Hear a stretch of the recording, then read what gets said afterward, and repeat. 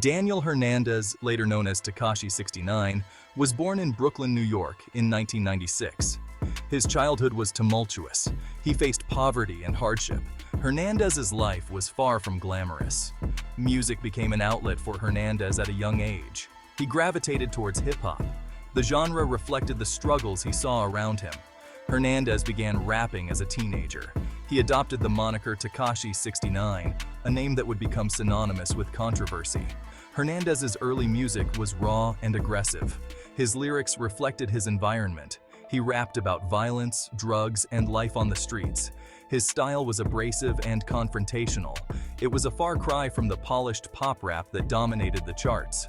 But Hernandez's authenticity resonated with a growing online audience. His music spread like wildfire through social media. Tekashi 69's rise to fame was unconventional. He bypassed traditional record labels. He built his fan base online. Hernandez used platforms like SoundCloud and YouTube. His music videos were provocative and attention-grabbing. They featured guns, drugs, and scantily clad women. Hernandez courted controversy. He engaged in public feuds with other artists. His antics fueled his notoriety. He became a polarizing figure. Some praised his raw talent. Others condemned his behavior as exploitative and dangerous. Despite the criticism, Tekashi 69's popularity soared. His music videos garnered millions of views. His songs climbed the charts. He became a viral sensation. His aggressive style and shocking persona captivated a generation. He was the epitome of the shock value artist. Hernandez's music was inescapable. In 2017, Tekashi 69 released Gumo. The song became his breakout hit. It peaked at number 12 on the Billboard Hot 100. Gumo was a gritty and menacing track. It showcased Hernandez's aggressive flow and dark lyrics. The music video was equally striking. It featured Hernandez and his crew, dressed in red and sporting face tattoos, brandishing weapons and throwing gang signs. Gumo propelled Tekashi 69 to mainstream fame. The song became an anthem. It was played in clubs and on the radio. Hernandez's distinctive look and sound were everywhere. He became one of the most talked about figures in hip-hop. His music was polarizing, but it was impossible to ignore. The success of Gumo brought with it increased scrutiny. Hernandez's past legal troubles came to light. He was accused of sexual misconduct. His association with the NINTR Gangsta Bloods, a notorious street gang, raised eyebrows. Hernandez seemed to thrive on the controversy. He continued to provoke and antagonize. His behavior became increasingly erratic. Tekashi 69's rise to fame was marked by conflict. He seemed to thrive on controversy. Hernandez engaged in public feuds with other rappers. His targets included Trippie Redd, Chief Keef, and Lil Pump. These feuds often spilled over into real-life violence. They resulted in shootings and arrests. Hernandez's behavior became increasingly erratic. He taunted his rivals online. He flaunted his wealth and gang affiliations. His antics alienated many in the industry. They saw him as a liability. Hernandez seemed unconcerned. He reveled in the attention. He believed that any publicity was good publicity. Hernandez's recklessness caught up with him. His legal troubles mounted. He was arrested multiple times. He faced charges ranging from assault to racketeering.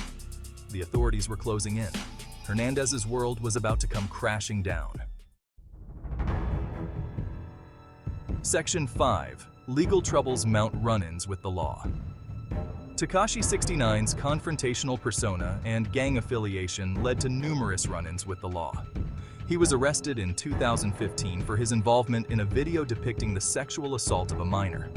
This incident, though he pleaded guilty to a lesser charge, cast a dark shadow over his burgeoning career.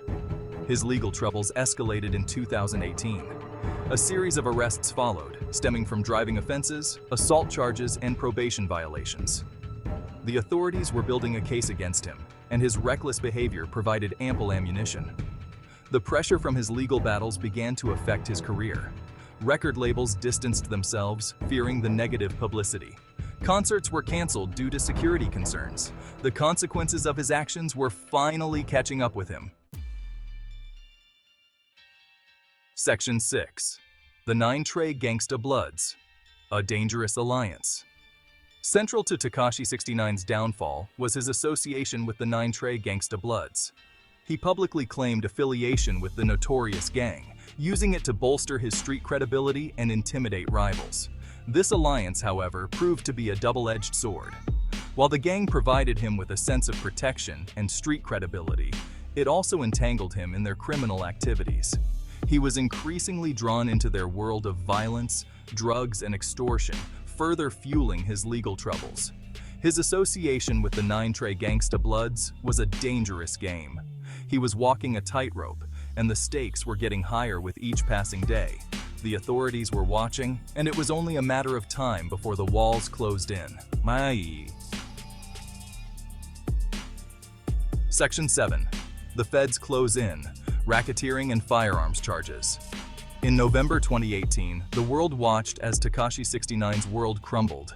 The FBI arrested him on charges of racketeering conspiracy, firearms offenses, and drug trafficking. These charges carried a potential life sentence, leaving the rapper facing a bleak future. The indictment alleged that Tekashi 69 was a member of the NINTR Gangsta Bloods and participated in their criminal activities, including robbery, drug dealing, and even attempted murder. The evidence against him was overwhelming, built on wiretaps, social media posts, and eyewitness accounts. As he sat in prison awaiting trial, the rapper faced a life-altering decision.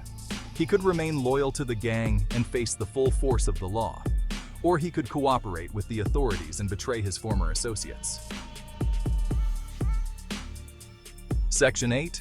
Turning state's evidence. Tekashi 69's controversial testimony.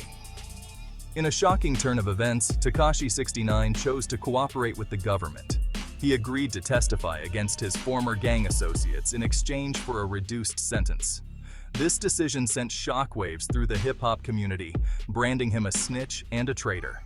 His testimony was explosive, providing detailed accounts of the gang's inner workings, their criminal activities, and the involvement of other high-profile figures in the music industry. His cooperation led to the convictions of several gang members, effectively dismantling the NINTR Gangsta Bloods. His decision to turn state's evidence was a controversial one. While some lauded him for bringing down a dangerous criminal organization, others condemned him for betraying his former associates. His actions cemented his reputation as a polarizing figure in hip-hop history. Section 9. Life after prison, a muted return. In December 2019, after serving 22 months in prison, Tekashi 69 was released early due to the COVID-19 pandemic. His return to society was met with mixed reactions. Some fans welcomed him back, others criticized his decision to cooperate with the government. Hernandez attempted to revive his music career. He released new music and videos, but his output lacked the impact of his earlier work. The controversy surrounding his legal troubles overshadowed his music. Hernandez's image was tarnished. He was no longer the untouchable provocateur. Hernandez's post-prison life has been relatively quiet. He maintains a social media presence, but he has largely avoided the spotlight. The brash, confrontational persona that once defined him is gone. It remains to be seen whether Hernandez can rebuild his career and repair his image. Section 10. Tekashi 69's legacy. Infamy or influence? Tekashi 69's legacy is complex and contradictory. He was a talented artist who achieved massive success, but his career was marred by controversy and criminal activity. Hernandez's story is a cautionary tale about the perils of fame and the seductive allure of street life. Hernandez's impact on music is undeniable. He popularized a raw, aggressive style of hip-hop. He pushed boundaries and challenged conventions, but his legacy is also intertwined with his legal troubles and his decision to cooperate with the authorities. Tekashi 69's story is a reminder that fame and fortune come with a price. It is a story about the dangers of seeking validation in the wrong places. Whether Hernandez can escape the shadow of his past and forge a new path remains to be seen, but his impact on popular culture is undeniable.